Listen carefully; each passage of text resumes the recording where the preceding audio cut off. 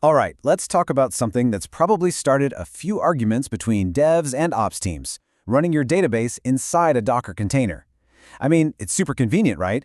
But what if I told you that convenience has a secret, performance-killing cost attached to it? Have you ever had this happen? You spin up a database in Docker, and for the first few days, maybe even a week, everything's great. It's fast, it's snappy, but then it just starts to get sluggish. Performance seems to just degrade, and you're left completely scratching your head, wondering why. Well, it's not just you, and believe me, there is a very, very specific reason for it. So let's play detective for a few minutes. We're going to treat this whole thing like a mystery. The scene of the crime? Your Docker setup. And we've got a trail of really strange symptoms to follow. Does any of this ring a bell? You're seeing these slowdowns that come out of nowhere. Your monitoring tools are screaming about high I/O weight, but you can't figure out why. And the weirdest one, you delete a bunch of data, but the disk space usage just keeps on climbing. It's like the container is slowly but surely getting bloated. Now, here's the first major clue. This isn't a bug in PostgreSQL. It's not a problem with Redis or your shiny, fast SSDs. Nope. The real culprit is hiding a layer deeper, right in the very foundation of how Docker handles files. And our culprit has a name: OverlayFS. This is the default storage driver for Docker. And look, it's amazing for what it was designed for, stateless applications. But for something super I/O intensive like a database, oh, it can turn into a total performance nightmare. So what the heck is it? You can think of OverlayFS as this really clever magic trick. It takes all the read-only layers from your Docker image, stacks a single writable layer on top, and then presents it to your container as one single normal-looking file system. The magic, and the source of our problem, is something called a copy-on-write strategy. Okay, here's the breakdown. You've got the lower dir, that's your base image, it never changes. Then you've got the upper dir, where all the changes your container makes get written. But here is the fatal flaw, right there in step 4. Before your database can change even a single byte of a file that exists in the base image, OverlayFS does a copy-on-write. That means it has to copy the entire file up into that top writable layer. A tiny, insignificant change triggers a massive, slow copy operation. And that, right there, is where all our problems begin. This one single design choice leads to 3 major performance penalties that hit our databases right where it hurts. Let's break them down one by one.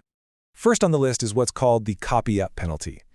This is the direct result of that copy-on-write action we just talked about. It takes what should be a tiny, lightning-fast write and turns it into a huge, slow, clumsy operation. And this is where it gets just absurd. Think about this.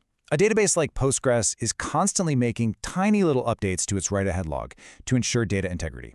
To change just 4 kilobytes of that log, OverlayFS makes the kernel copy the entire 16-megabyte file first. That's a 4,000 times amplification of the work that actually needed to be done. It is just wildly inefficient. And this chart, this shows you the brutal reality of that inefficiency. And fsync is a critical command. It's the database saying, hey, operating system, make absolutely sure this data is safe on disk. On bare metal, on a regular file system, it takes 0.3 milliseconds. It's basically instant. But inside Docker, with OverlayFS, on the exact same hardware, it takes 6 milliseconds. That is a 20 times increase in latency. Every single transaction you commit now takes 20 times longer, purely because of the file system. Okay, so writing to big files is bad. But what about apps that create tons of small files? Well, that brings us to our second penalty, the metadata storm. This one hits a whole different class of tools, but the end result is the same, that unexplained sky-high I/O weight. Think about Redis when it's rewriting its append-only file, or Kafka, which is just constantly churning out new, small log segments. On a normal file system, this is no big deal, but on OverlayFS, every single one of those file creations creates a huge amount of extra metadata work in the background, totally saturating your disk's throughput and causing that I/O weight we saw in our list of symptoms. And now for penalty number 3. This one is maybe the sneakiest of them all. It's called the whiteout file, and it's the reason your container's storage just seems to grow and never shrink. This is so counterintuitive. Let's say you delete a huge 10 gigabyte log file inside your container. You'd expect to get 10 gigs of space back, right? Nope, not with OverlayFS. See, it can't actually delete the file from the original read-only layer. So instead, it just creates a tiny little marker file in the top layer, a whiteout file, that basically just tells the container to pretend the big file doesn't exist.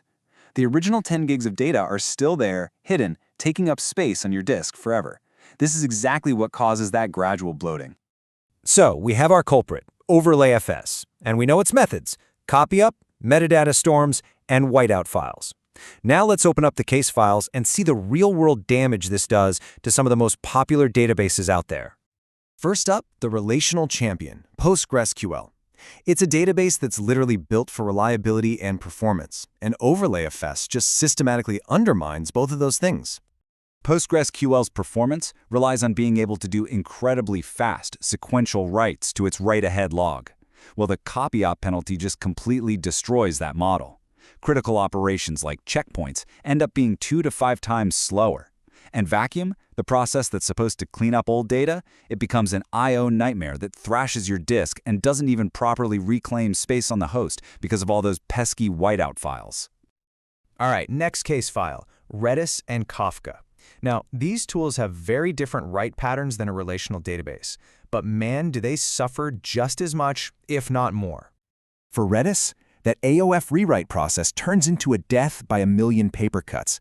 Every tiny write gets hit with that metadata overhead. And for Kafka, well, the impact is just catastrophic.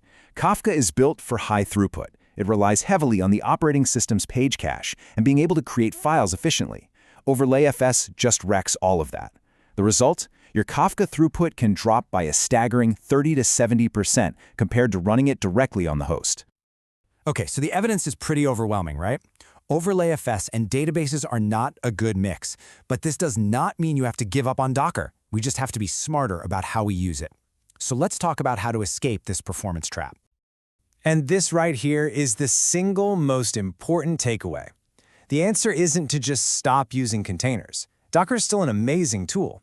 The solution is to use Docker for your application code, but get your persistent I/O-heavy data off of that OverlayFS file system. You need to bypass it. So here are 4 practical, effective ways to do just that. Number 1, and the easiest fix, is to use bind mounts. You're just telling Docker, hey, for my Postgres data directory, don't use your own file system, just use this folder directly on the host machine. Bam! OverlayFS is bypassed and you get native performance. Number 2, if you're on Kubernetes, is even better. Block mode volumes. This gives your database pod raw, direct access to a storage device. It's the fastest you can get. Number 3 is a bit more advanced. You can actually change the snapshotter. Runtimes like Containerd can use other storage drivers like BTRFS or DevMapper that are much better suited for these write-heavy workloads. But honestly, no matter what you choose, it all boils down to the golden rule, number 4, always isolate your data. Never, ever, ever store your persistent database files on the container's root file system. Always use a volume or a bind mount. And that really brings us to the final question you have to ask yourself. The default Docker setup is easy, it's convenient, no doubt.